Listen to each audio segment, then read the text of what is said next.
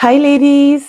Welcome to our Sunday live sessions where we talk everything motherhood, single motherhood, things that will help us thrive in life. Where I do come on and share some of the things that helped me and that can also help you, by the way.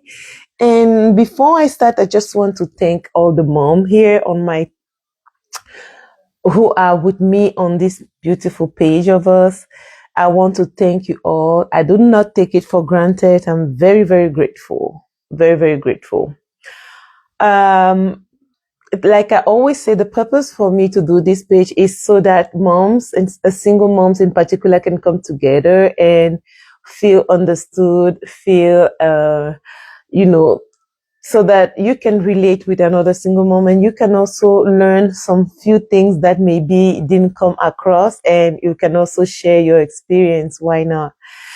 So today I was going to talk about this last Sunday, but then I was very tired. It was Easter Sunday and I was very tired. So I decided to just shift this to this Sunday so that after the Easter season, then we can, relax and then have a time to ourselves to talk about this topic because I believe it's very important.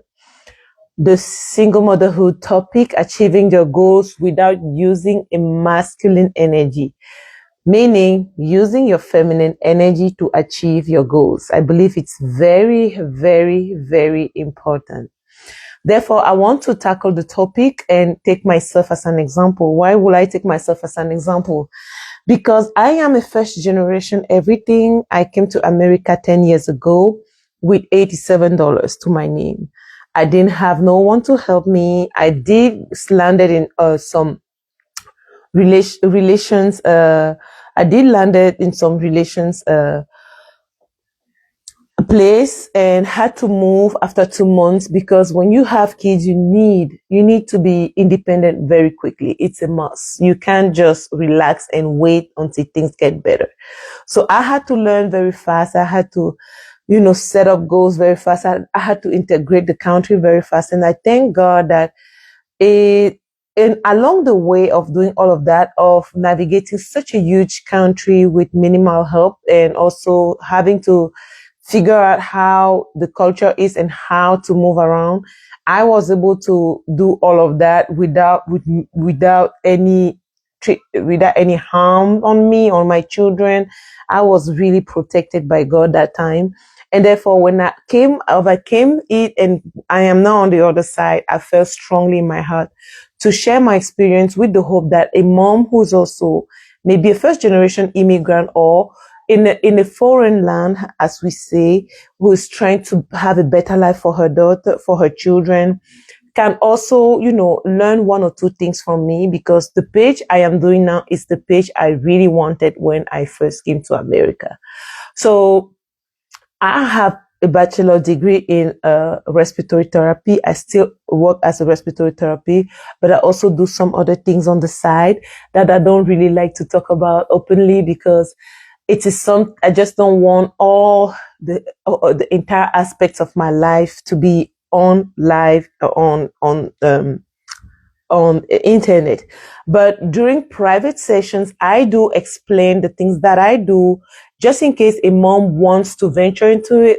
At least she has some tools that she can do. So I do explain the things that I do aside my work offline on private sessions. And at the same time, I want to show this book, which is all the things we are talking about goals today. How to get ahead with your goals as a single mom. What I have realized working with single moms, talking with them, is that they give up a lot. And it's very easy to give up as a single mother because you have, again, minimal help. You are constantly drowned. You lack accountability.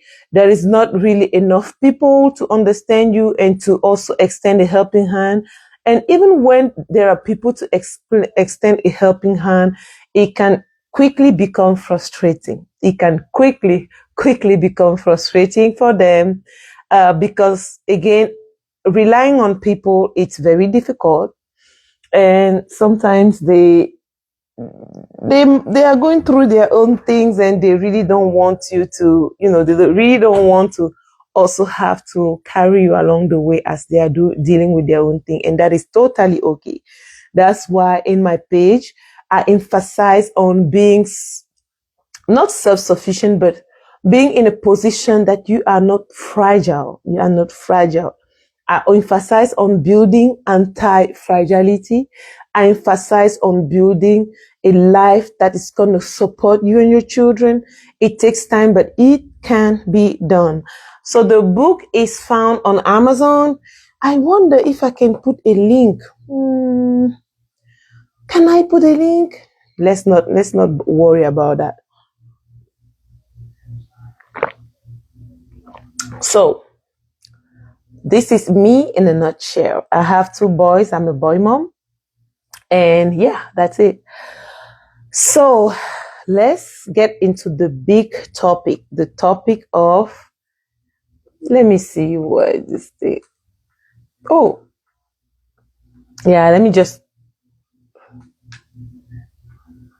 yeah, it's better like that. I think the light was just too much. I believe, I don't know. Let me try again. Okay, let's just do like that. So why do people, let me start by saying, so I have, like I was saying, why would I talk about the goal setting topic? I'm talking about it because I have achieved a bachelor's degree in 5 years. I have a stable job. I have income, a good cushion, income that I built over the years. And I also do something on the side. And all of that was possible with little to no help except from God himself. It's very important that single mothers harness their feminine energy to be able to build life. Why do I say that? The problem is that because you are a single mom, you are operating on masculine energy. And what is masculine energy? It doesn't mean you have muscles. It doesn't mean you are built like a man. No, it simply means you have to hustle. You have to work a little harder. You have to protect. You have to defend. You have to provide. You have to do. You have to step into that role where your kids come to you. You also have your own stuff. You have at work. It's crazy at work. People are not. There's no mercy at work. Okay, people will come after you no matter what. So you have no choice. You are on a survival mode all the time because you need to protect, you need to provide, you need to solve, and all the time. And sometimes even taking rest, you take rest being anxious. You are not relaxed when you take rest. You are always on the edge. You're always anxious. So that makes it makes your body get used to the fact that you are always on the constant provider mode or protection mode or rescue mode. You are always on that mode, and that also forges you and makes you become very, I don't like the word strong, okay, because I've realized in America, Black women are called strong, and I'm yet to see women from other races being called strong. I haven't seen that yet, but here it's very common that people are being called Black women strong. And I just think it's a title no single mother should accept, because when we have children, it's to be raised by two parents. But when you come to the realization you're going to be the only parent to raise the child, it takes a lot to do it. You are not strong. You are just surviving.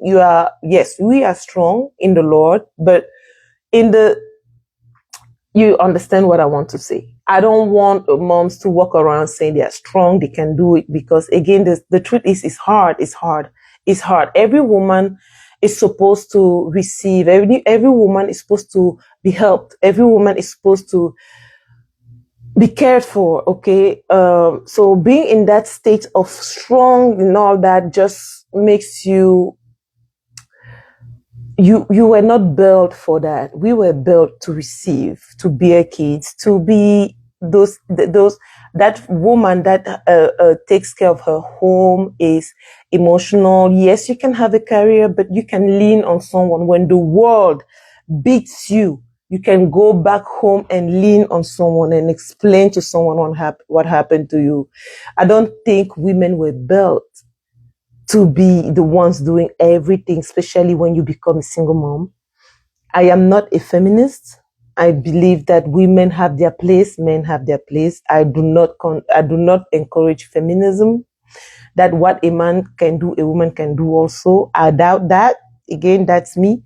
I just wanted to say that because the title that are being attributed to single mothers and they are called strong and all that is something I personally refuse. I don't want people to call me strong. I want people to say I'm courageous. I want people to say, oh, you're doing great. And I think when we hear the word strong, it just messes up the way we think, and we think we can just continue to operate in that type of energy that makes people out called single moms very masculine, very harsh and all of that. I think it's time for us to kind of refuse a little bit that title of being strong. Okay. So why femininity feels hard when people, if you go online now,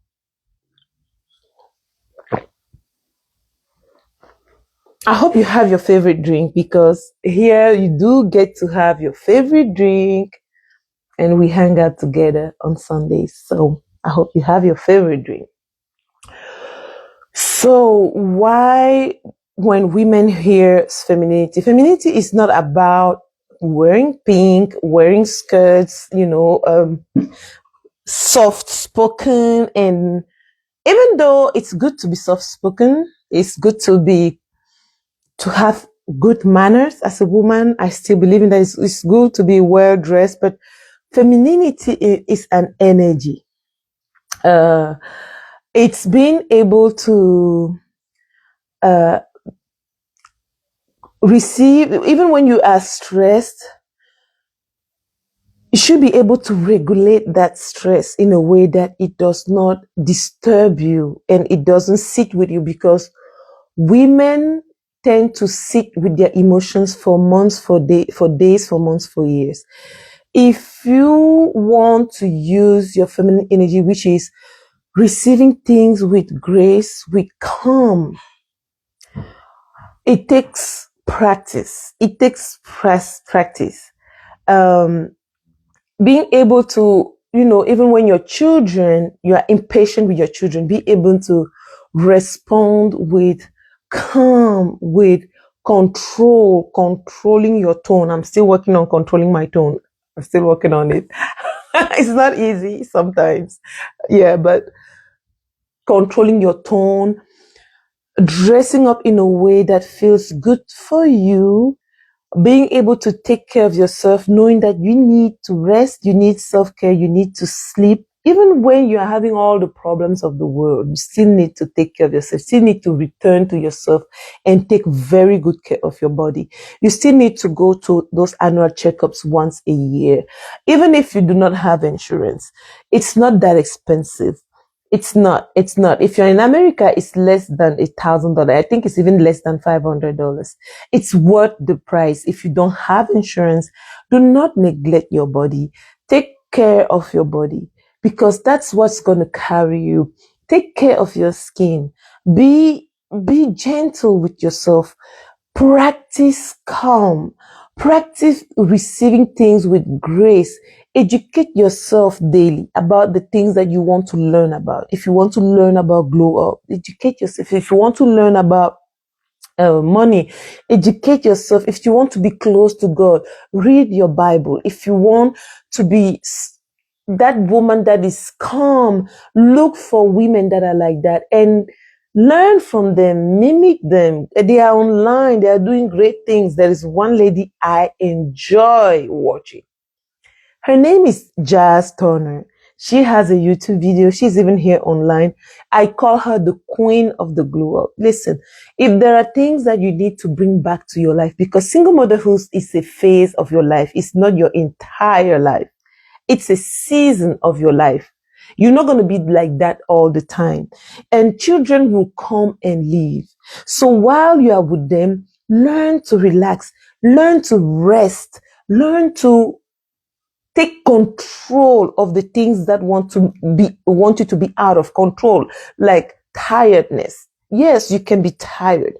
It's okay to acknowledge that, yes, I'm tired, but this is how I choose to respond. And it takes time. It took time for me. And I'm still, like I told you, I'm still practicing tone, because I can scream a lot to my children, but I still practice tone, because the woman was created to be very soft, to be a resting place. Even if you're going through a lot of things, it should be a safe space for you, for your children. You should not lose that quiet softness, which is your nature, which is the nature of a woman. A woman is soft. She is gentle.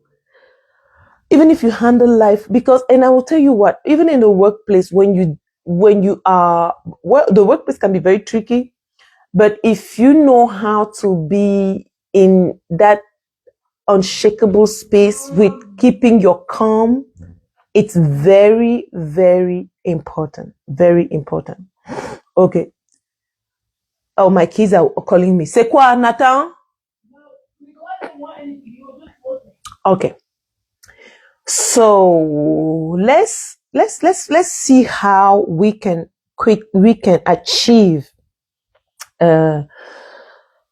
feminine, like you can use your feminine energy to achieve your goals. There is one thing I want to talk about, and it is the most important thing I want to talk about that has worked for me, is that number one, I do what is called cycle syncing, which means I am not productive in all the time. No woman is productive all the time. We change every day because of our hormones. We do change every day. Meanwhile, men change I think men don't change like we do change. We wake up different women every day. We do have hormones. We do have our periods. So it's very important to plan your life, even your work. Like, for example, me, if I know I have to work on something that is going to be very important, that's going to require resilience, that's going to require energy, I never plan it around my periods. I never plan it around my periods, unless it's school time where I have this thing that is going to go, this test that's going to be taken in school during my periods. But I do prepare days ahead so that during my period, I go to school, take that test, but I'm not in school anymore. That was just how I was operating. So when you want to achieve goals, or maybe you want to start paying off those debts, you are very serious about paying off those debts.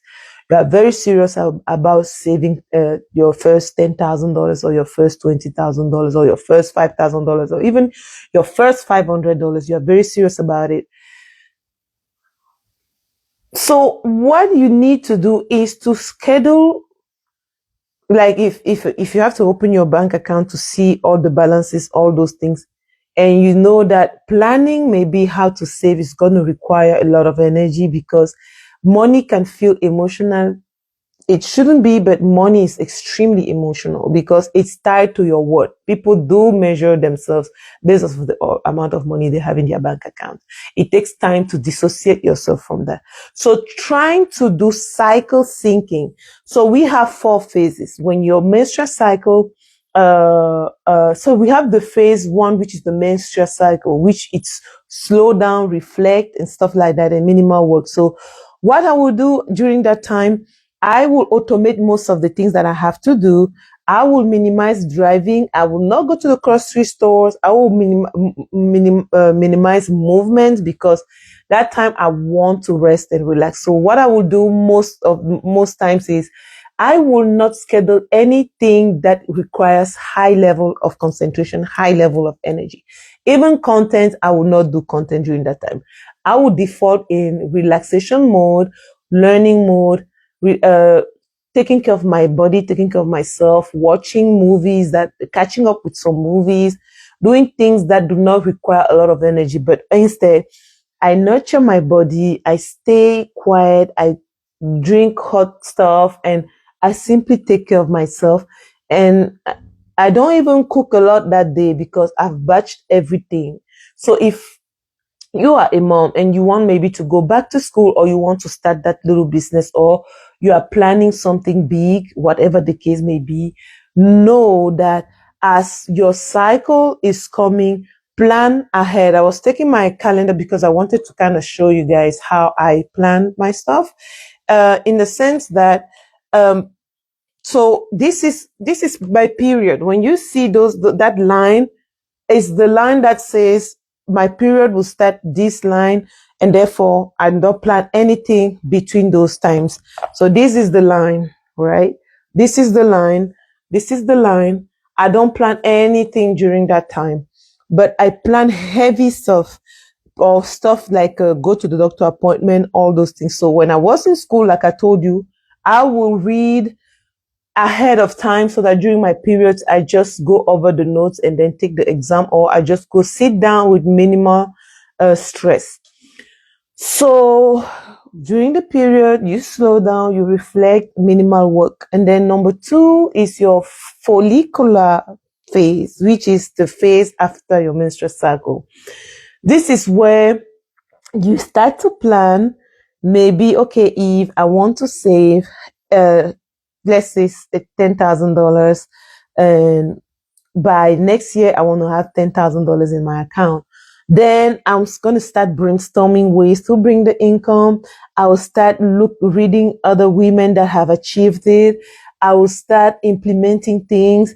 That is the implementation phase, with dates, with time, that, and with trackers, because I use trackers a lot, because trackers get me motivated.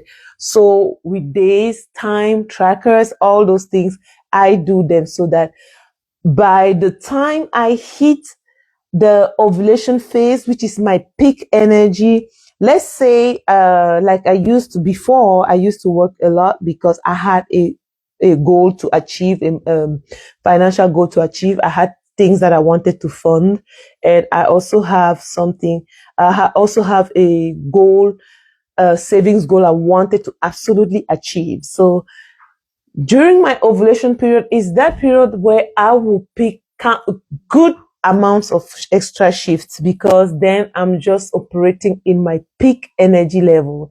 And that's also where I'm able to schedule things with my kids, because what I do with them, we have times where we go over things, where I teach them things, where I warn them about what is going on out and how to spot this and that, talk to them about the things that are in school that people can bring to them. They have to spot this. They have to be discerning.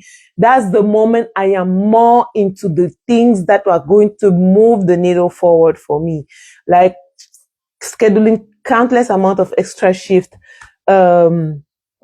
Doing that was before, because now I don't work so much like I used to, because now I'm in a different phase of my life. Thanks to God, I'm in a different phase of my life where I'm able to control some of the things, and also I'm able to control my time from time to time.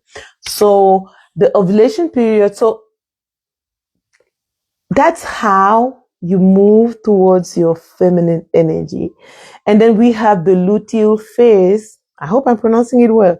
The luteal phase, where you wind down, you relax, you wrap up some tasks that you've been doing all these weeks ahead. You wrap them up.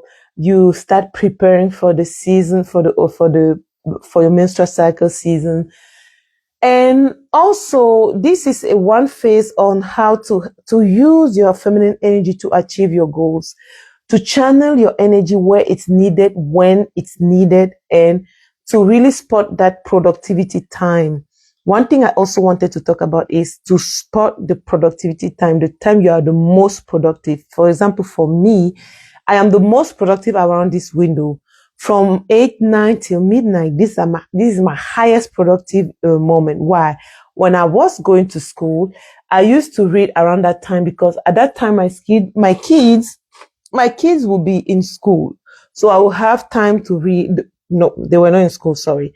They will be sleeping. So I will have time to go over some things, to really concentrate and assimilate what the professor, my teacher just said. And I was also able to be really focused intensely in what I needed to do.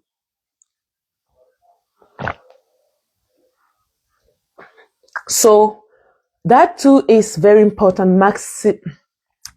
Make sure you know your productivity window. It can be early in the morning. You can be a morning person. You can be a night person. Okay.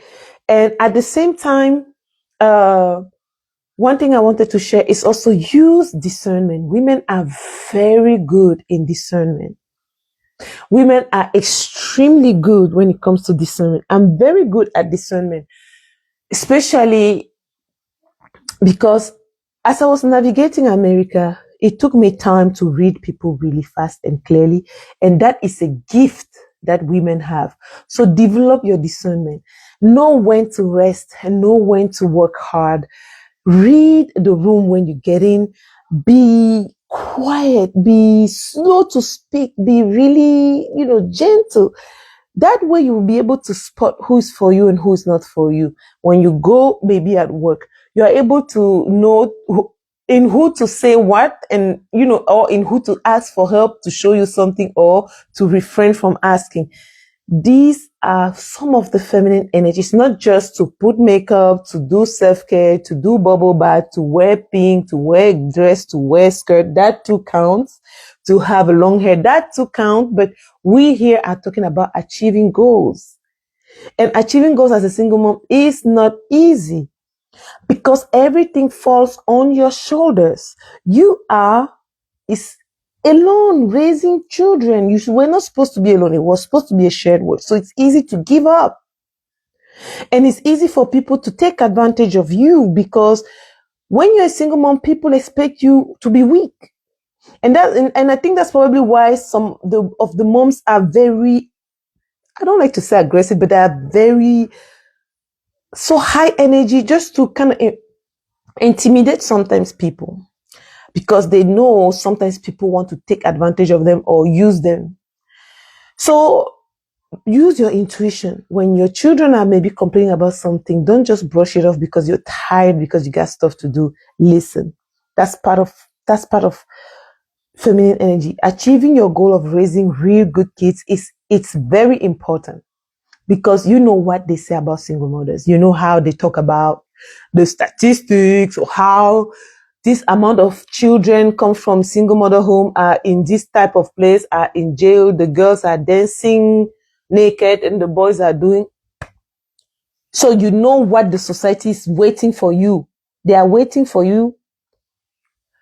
Most of what society says look like they're waiting for single mothers to fail. You do not give them that privilege because you can never fail. If you stand on your own 2 feet, you rely on God, you ask help because that's very important. That's part of feminine energy, to receive, ask for help, be discerning. I am able to see people and know who I'm not going to ask for help. Have the capacity to read people before you ask for help, before you step in. And even if you ask and they say no, don't get mad. It's life. You move on, but don't give up and say, because I'm hyper independent, it's too hard for me to ask for help. That's part of what we want to change because you need help to move forward. You need help. It's true. You need help. But you need the right help from the right people. And you don't have to endanger yourself because you need XYZ so you can move forward. You need help. That's part of recognizing that you are a human being, you are a woman, you need to receive sometimes help from people. It's very important. I know that raising children, taking care of a home can make you always irritated, but I want to point out a few things, how to regulate your nervous system in order to start incorporating some of the things that I said to become a little bit more into your feminine energy, more in tune with your feminine energy, more calm, more, because it's something you need to come back to. You are a woman, you need to come back to it. And when you come back to it, life will feel softer. Let me tell you one thing. I want to share one more thing and then I will leave. Me, for example, I used to force myself. Maybe if I said I'm going to do these 10 things, it doesn't matter. Even when I don't feel like doing it, I'll do it because I told myself, oh, I'm being weak. I need to do this. I said I was going to do 3 times. I have to do it 3 times. No, there are days when I'm done with what was really necessary for the day to move forward, and I don't feel like doing other things. I take time off.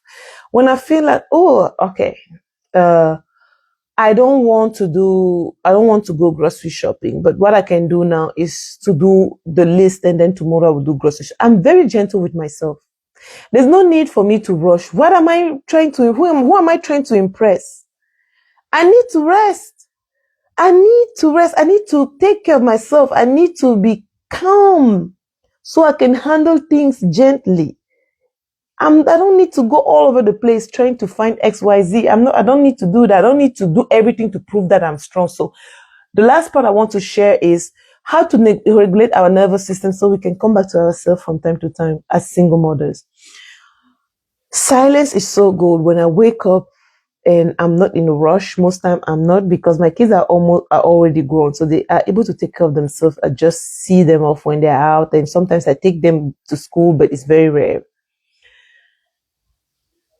I sit in silence for 5 to 10 minutes. You can do that. Sit in silence and just rest your mind. Let your mind rest. Just dream about your life. Just imagine. And just sit there and imagine maybe your day, write what you want the day to look like for you. Just imagine how you want the day to look like for you. Slow down with yourself. Do the things that you enjoy. If you like reading, and I tell everybody to read. If you're not reading, you are really missing out. Sit down, relax, read, or maybe listen to some gospel music or some jazz music, or maybe sipping your coffee and staring at the window. These are the soft things you need to incorporate in your life. You are not allowed to. You shouldn't be rushing day and night every day. You rushing. Stop rushing everything. Reduce overstimulation. Too much noise, scrolling on the phone, chaos. It's time to return to quietness. It's time to come back to that peaceful, quiet place that you need to be. Ask yourself this as I wrap up this thing. Ask yourself, as I wrap up this life, ask yourself, what can I do today? What is one thing that's going to move me to the life that I want, to the freedom that I so love, that I so desire to have? And I don't have to struggle or overwork myself towards it. And let's say, even if you need to overwork yourself towards it, it has to be in short period of time. You can do hard things in very short period of time so that you can recover. I've done it before. I've done very hard things in very short period of time, and I recovered for a year. But I had to do those things first, like launching something that I'm doing now, a business I'm doing now. I had to be in a high masculine level again, because it was new, and I had to really make sure I am diligent in those things that I was putting together. So I want to ask a mom today, what is one thing you can start doing now that's going to move you a little closer to that freedom, the life of freedom that you so desire? I want people to look at you and say, oh, you're a single mom, but you're different. You are joyful, you are lively, you are soft.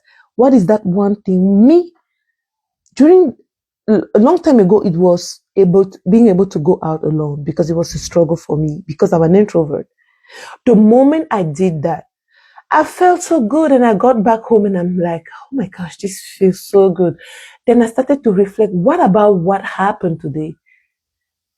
What is it that made me feel so good? Is it because I was going out? Is it because I just felt so good?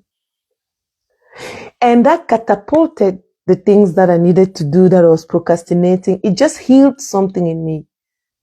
And it's not the only thing I do. I do a lot of things like prayer, being able to trust in the Almighty God, being able to trust that He's handling me, being able to wanting to change and not have that title that is being put upon so many single mothers, to be able to not lose that feminine nature that God gave me, because femininity is a gift from God. He did not